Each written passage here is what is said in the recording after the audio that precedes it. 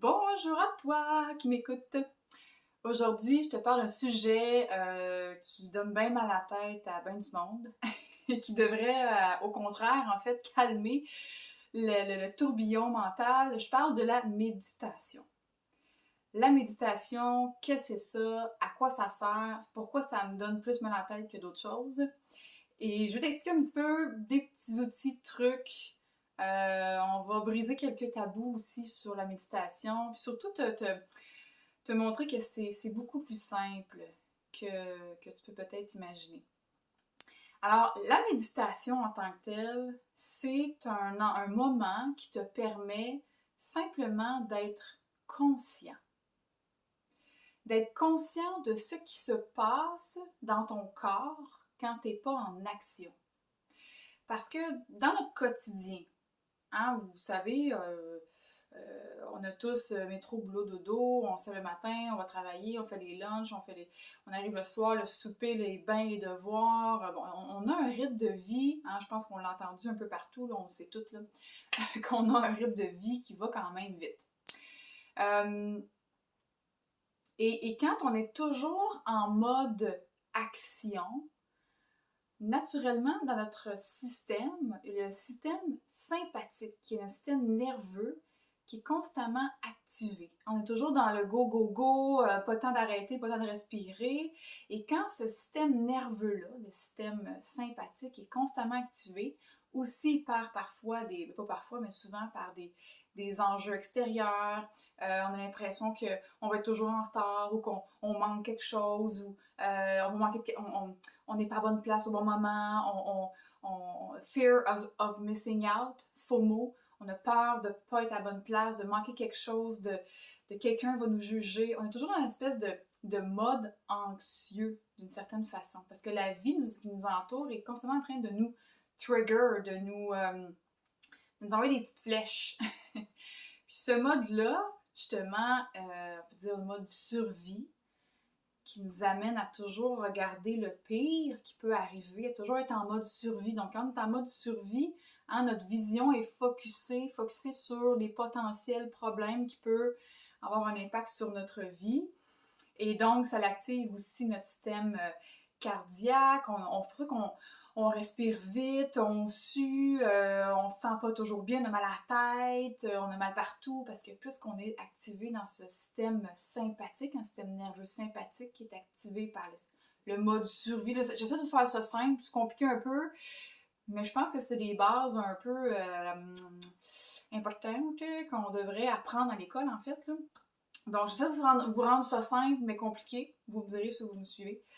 Mais bref, ce mélange de cocktail, de survie, de fight or flight, c'est-à-dire quand on est dans un espace de survie, on se sent anxieux, on est en mode fight or flight. Donc, soit je me bats, soit je cours. Alors, c'est ce qui est toujours en train de se passer dans notre corps. C'est pour ça que de plus en plus, il y a de gens qui vivent l'anxiété généralisée, des dépressions. Le corps est tellement épuisé parce qu'on est toujours en mode système nerveux sympathique.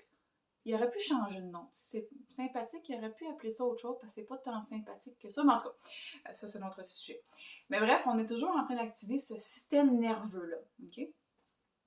Et donc, on emmagasine certaines substances, dont la cortisol dans notre corps. Et quand c'est trop emmagasiné et que c'est pas utilisé, ben ça peut faire des enflures, des sensations d'inflammatoire plutôt dans le corps. C'est pour ça qu'on peut avoir mal partout et tout ça.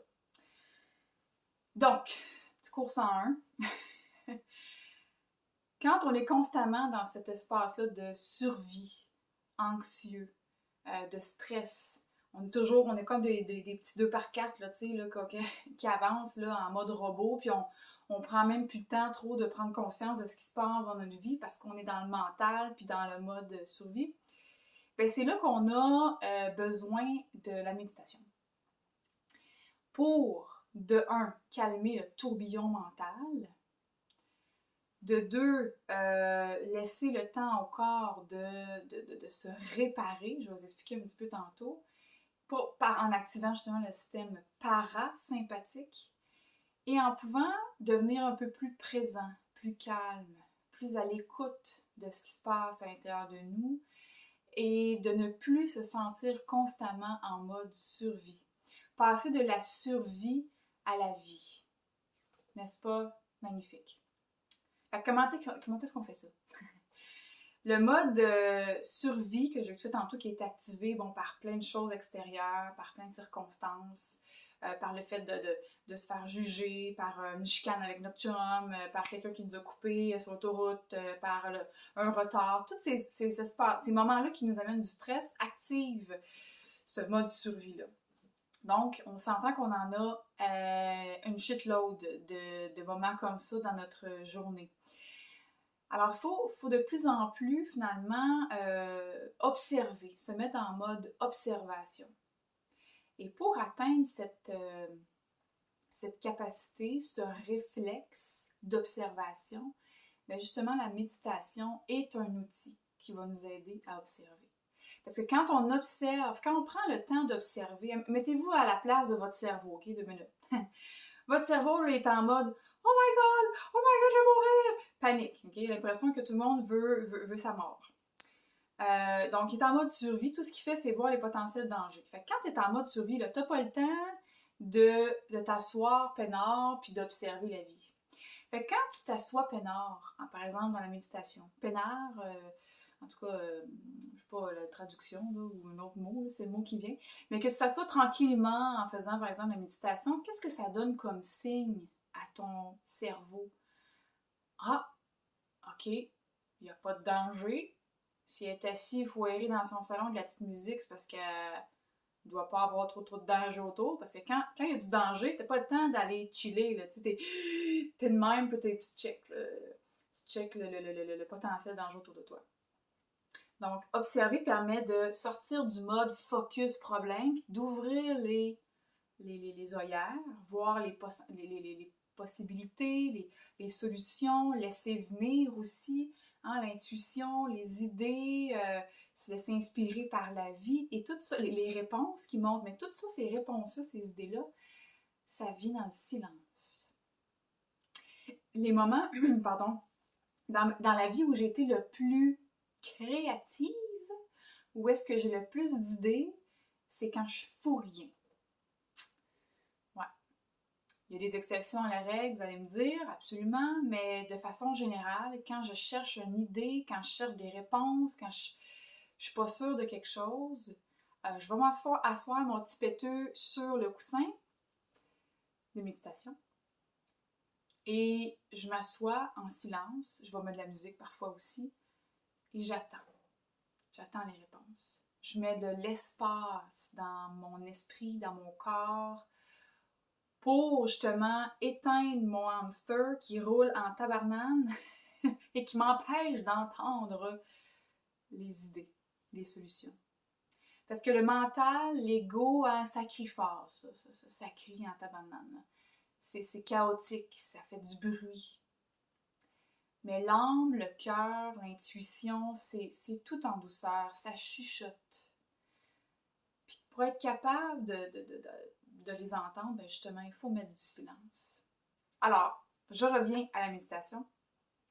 Donc, la méditation, c'est un espace de douceur, de tranquillité, où est-ce qu'on demande rien.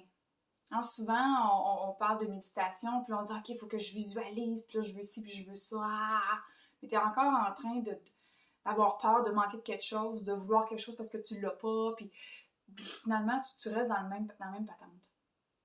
La méditation, où est-ce que il n'y a aucune demande, aucune attente, il n'y a rien à régler, il n'y a rien à trouver, on laisse juste l'espace. L'espace à tout. Tout est possible à ce moment-là. Parce que tant qu'on essaie de gérer ou de comprendre ou de contrôler la réponse qu'on voudrait avoir, ben là, on se met des bâtons dans les roues. La méditation permet de s'enlever de son propre chemin et de laisser la vie reprendre le mouvement. se laisser réemporter par la vague on peut dire, le flot de la vie. Donc, la méditation, encore une fois, c'est vraiment d'être dans un silence, d'être curieux. Je me souviens plus c'est qui disait ça, c'est un bouddhiste, Bouddha, machin, en tout cas, quelqu'un qui médite dans la vie, là, qui ont des petits sauts oranges. Mathieu Ricard, je pense, mais c'est peut-être pas lui, en tout cas, peu importe. Il disait, la méditation, la job du méditant, si on peut l'appeler ici, c'est d'être curieux. C'est d'être curieux et d'être vraiment intrigué, à être présent et observer ce qui se passe dans mon corps quand je fais rien. Prendre un instant pour voir c'est quoi les pensées qui traversent mon esprit. Ah, comment ça j'ai mal à l'épaule? Ah, je me sens fatiguée. Ah, j'ai encore cette pensée-là de ma meilleure amie quand j'étais jeune, que je me suis sentie triste parce qu'elle m'a dit quelque chose. Ah, ah je me sens angoissée par telle affaire. Ah, ouais. Et toutes ces choses-là, on n'en prend pas conscience quand on est constamment dans le mode survie, dans la petite roulette, là, à hamster. Puis on roule, on voit absolument rien. C'est comme quand on roule, tu sais, à 100 000 à l'heure avec une voiture. Je sais pas moi, 100 000 à l'heure, 200 km, mettons, là. Tu roules bien, bien vite, là. Ah, t'avances, mais un moment donné, tu te pètes le dash dans l'arbre parce que t'as pas vu la curve. Mais quand tu ralentis, tu peux mieux prévoir les détours, tu peux aussi profiter du beau paysage, t'avances quand même, mais avec beaucoup plus d'assurance, avec beaucoup plus de confiance. Et t'es capable de mieux savoir où est-ce que tu t'en vas. Il y a plus de clarté, il y a plus de fluidité, il y a plus de simplicité, de douceur. Donc la méditation, le but, ou s'il y a but à avoir, c'est vraiment de ralentir donner un break à son mental. C'est pas d'arrêter de penser, parce que bonne chance si vous voulez arrêter de penser. C'est simplement de laisser les pensées nous traverser sans s'accrocher après. Je donne souvent cet exemple-là dans mes programmes. C'est comme si vous étiez sur le bord de l'autoroute et que vous voyez des voitures qui passent sur le bord de l'autoroute. Puis à un moment donné, vous courez après une voiture puis vous accrochez après. Puis là, puis là, vous faites ramasser sur l'autoroute, vous restez accroché, là, ça saigne, vous avez perdu une jambe, mais c'est pas grave, vous continuez, vous accrochez vraiment à la pensée. Ça peut faire mal. Mais quand vous êtes assis sur le bord de l'autoroute et vous regardez les pensées sans vous accrocher à aucune d'elles, les observer, dire « Ah, voiture rouge. Ah, voiture bleue. Ah, vieille voiture. Ah, un vélo. Ah, une moto. » Sans s'accrocher à rien. Simplement les observer. Et là, ça va me dire, mais ça sert à quoi ça? Ça sert à ralentir votre système. Ça sert à ralentir et à activer votre système parasympathique. Le système parasympathique, on appelle le système Rest and Repair, donc le repos et la réparation. Pour donner le temps à votre corps de se réparer. Tu sais, je fais souvent les comparaisons avec la voiture ou le téléphone parce que c'est très concret, là. Si vous êtes justement un courseur automobile et que vous voulez tout le temps à 200 000 à l'heure, go, parce que j'ai pas le temps, faut pas que je perde la course, mais que vous faites jamais l'arrêt. Tu sais, il y a comme un moment où les courseurs arrêtent, je sais plus comment ils appellent ça, mais en tout cas, un endroit pour que les mécaniciens changent les pneus, remettent du gaz, regardent si tout va bien pour qu'ils puissent repartir. Ou comme sur votre cellulaire. Si vous êtes toujours sur votre cellulaire puis que vous êtes sur le rouge, sur la batterie, là, mané, vous ne pourrez plus parler puis ça va être beaucoup plus long à recharger. Mais c'est un peu comme ça qu'on fonctionne aussi. On a besoin d'arrêter pour aller se recharger, s'assurer qu'il ne manque pas de morceaux, voir si la batterie est pleine. Mais si on est constamment dans l'action sans jamais s'arrêter, on ne peut pas en prendre conscience. Puis c'est là qu'on perd un peu le contact avec soi-même. Et qu'on vit juste dans notre mental, tu sais, juste en haut du corps. Fait qu'on perd toute la connectivité, toute la cohérence avec son corps. Moi, longtemps, j'ai vécu beaucoup dans ma tête, puis même souvent, ça m'arrivait de ne plus sentir mes pieds. J'avais souvent des bouts de pieds froids. Puis j'étais allée voir un ostéopathe ou un chiro, je me souviens plus trop. Puis il était un peu justement, bon, ésotérique, tout ça. Puis il m'avait dit, à partir mettons, de ta poitrine, là, il dit, il se passe plus rien, là. T'es pas connecté pantoute. t'es pas, t'es pas enraciné pantoute. Là, je me suis dit, il y a peut-être quelque chose que je pourrais faire, hein? Et puis la méditation m'a beaucoup aidée. Pour d'autres choses aussi, mais entre autres, à vraiment être plus dans mon corps, à être pleinement ici et maintenant. OK? Donc, par où on commence avec la méditation? Moi, j'ai commencé de avec des petites méditations. Faites pas des méditations d'une demi-heure, d'une heure, vous allez mourir. Surtout si vous êtes, mais pas mourir, là, mais vous allez trouver ça pénible et vous ne voudrez pas le faire. Surtout si vous êtes quelqu'un comme moi qui a beaucoup de pensées, beaucoup d'idées, qui est très créative, qui est passionné, que ça n'arrête plus, ça roule à 100 000 à l'heure. Attendez-vous pas de ralentir en claquant des doigts, là. Puis, juste une petite parenthèse par rapport à ça. Au début, ça a été long avant. Ça prend un certain temps, on veut pas. Ça fait des années qu'on roule puis que ça va vite. Fait que d'arrêter, c'est comme, oh, t'as peu, là. Tu peux pas aller de 200 à 0 de même. Il faut que tu ralentisses graduellement. Puis, le jour où je me suis rendu compte que ça avait fonctionné, que j'avais des effets de la méditation, c'est que j'ai commencé à parler plus lentement. Et il y avait des espaces dans mes conversations. Souvent, je parle encore vite là, parce que c'est comme ça, je déborde de l'énergie. Mais quand même, je l'observe, je parle plus lentement, un peu plus, de plus en plus. Quand je sens que je parle très très très vite, là, souvent je vais aller méditer un peu, je vais aller ralentir, je vais respirer. C'est comme un symbole, c'est un signe pour moi que, ok, là, je me sens plus alignée. Alors bref, commencez par des petites méditations, idéalement des méditations guidées. Je connais une des personnes que j'aime beaucoup, qui m'a beaucoup aidée, c'est Nicole Bordelot. Cette femme-là, je l'adore. Ses méditations sont simples. Il y en a une qui s'appelle Méditation Express, je pense que c'est 6 minutes. Tout le monde a 6 minutes dans sa vie.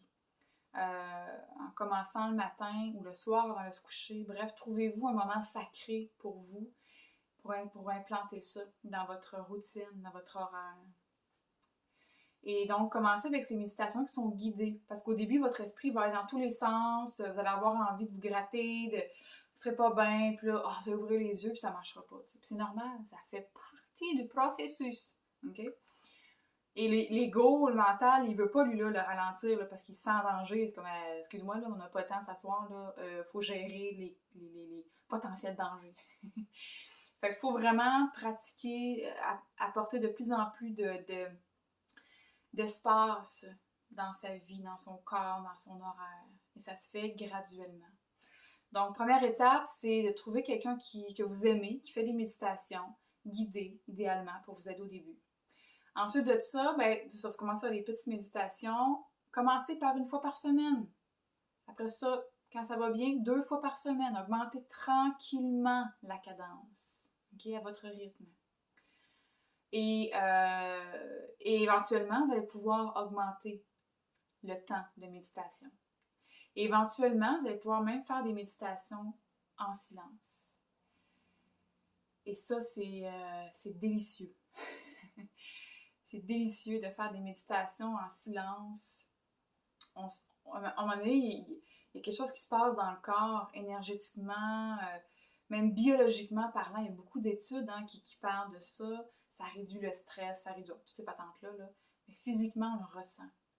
Puis à un moment donné, tu te dis, mais comment est-ce que j'ai fait pour vivre avant sans méditer?